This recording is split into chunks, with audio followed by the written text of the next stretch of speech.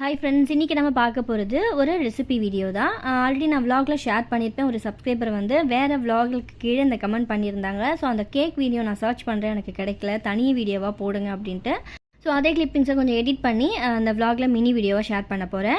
இதுக்கு தேவையான பொருள் எல்லாமே நம்ம வீட்டில் நம்ம யூஸ் பண்ணுற இன்க்ரீடியன்ஸ் தான் நமக்கு இதுக்கு வேணும். சூப்பராக இருக்கும், ஈஸியாகவும் பண்ணலாம். ஸோ எப்படி பண்ணலாம் அப்படின்னு பார்க்கலாம். கேரட் வந்து தோல் சீவி துருவி வச்சுருக்கேன். ஒரு மிக்சி ஜாரில் 1 கப் அளவுக்கு ரவா வந்து ரோஸ்டட் ரவா வந்து எடுத்துக்கலாம். 1/2 கப் அளவுக்கு சுகர் வந்து எடுத்துக்கலாம். 1/2 கப்புக்கு கொஞ்சம் எக்ஸ்ட்ரா எடுத்துக்கலாம். நான் லாஸ்ட் வீடியோவில் சொல்லியிருப்பேன். ஒரு 3/4 கப் அளவுக்கு சுகர் எடுத்திங்கன்னா அந்த ஸ்வீட்னஸ் நல்லாவே நமக்கு இருக்குது. ஏன்னா இந்த வீடியோவில் நான் 1/2 கப் அளவுக்கு தான் எடுத்திருப்பேன். எனக்கு ஸ்வீட் கொஞ்சம் கம்மியாக இருந்தது. ஸோ நீங்கள் 3/4 கப் அளவுக்கு சுகர் எடுத்துக்கலாம். அண்ட் 1 கப் அளவுக்கு ஃப்ரெஷ்ஷாக துருவின கேரட் வந்து நான் எடுத்திருக்கேன். ஸோ இதில் 1 கப் அளவுக்கு பால் வந்து சேர்த்து நல்லா வந்து இதை அரைச்சி எடுத்துக்க போகிறோம். ஸோ இதில் என்ன நான் ஆட் பண்ணியிருக்கேன், மெஷர்மெண்ட் எவ்வளோன்றதை நான் கமெண்ட்ஸில் பின் பண்ணுறேன், அப்படி இல்லைனா டிஸ்கிரிப்ஷனில் கொடுத்துருக்கேன். ஸோ அதை செக் பண்ணால் கொஞ்சம் ஈஸியாக இருக்கும். இப்போ இது எல்லாத்தையுமே நல்லா அரைச்சிட்டு ஒரு பவுலில் ட்ரான்ஸ்ஃபர் பண்ணிவிட்டு மூடி வச்சிடலாம். இது ஒரு 5 மினிட்ஸ் வந்து அப்படியே இருக்கட்டும். இந்த கேக் வந்து நமக்கு செய்யறதும் ஈஸி அண்ட் வந்து ரொம்ப சாப்பிடும் பார்த்திங்கன்னா சாஃப்டாக செம்மையாக இருந்துச்சு. வீட்டில் எல்லாருக்குமே ரொம்ப பிடிச்சிருந்தது. பிரணவ் குட்டிக்கு அடிக்கடி நான் ஸ்கூல் ஸ்நாக்ஸுக்கு பார்த்திங்கன்னா அதை ரெடி பண்ணி வச்சுட்டு பாக்ஸில் போட்டு கொடுப்பேன்.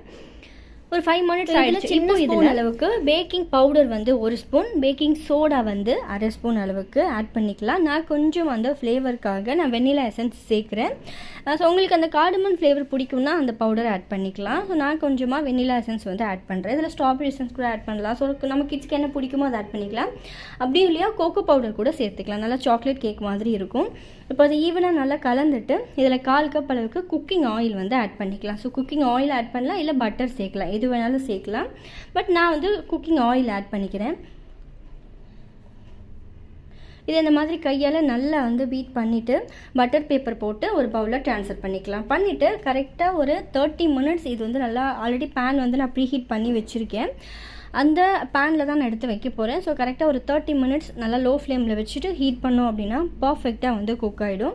மேலே கொஞ்சம் அந்த துருவின கேரட் எடுத்து வச்சுருந்தேன், அதையும் வந்து போட்டாச்சு. ஸோ அவ்வளோதாங்க. ஒரு 1/2 ஹவருக்கு அப்புறம் நம்ம எடுத்து பார்க்கலாம்.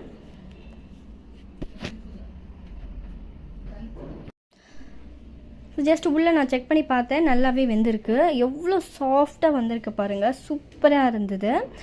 சாப்பிட்டும் பார்த்தீங்கன்னா டேஸ்ட் எனக்கு ரொம்ப பிடிச்சிருந்தது. இதில் நீங்கள் வந்து எதுவும் வேறு ஏதாவது ஆட் பண்ணிக்கலாம். ஐ மீன் கோகோ பவுடர் போட்டுக்கலாம். இந்த மாதிரி நமக்கு பிடிச்ச மாதிரி ரெடி பண்ணிக்கலாம்.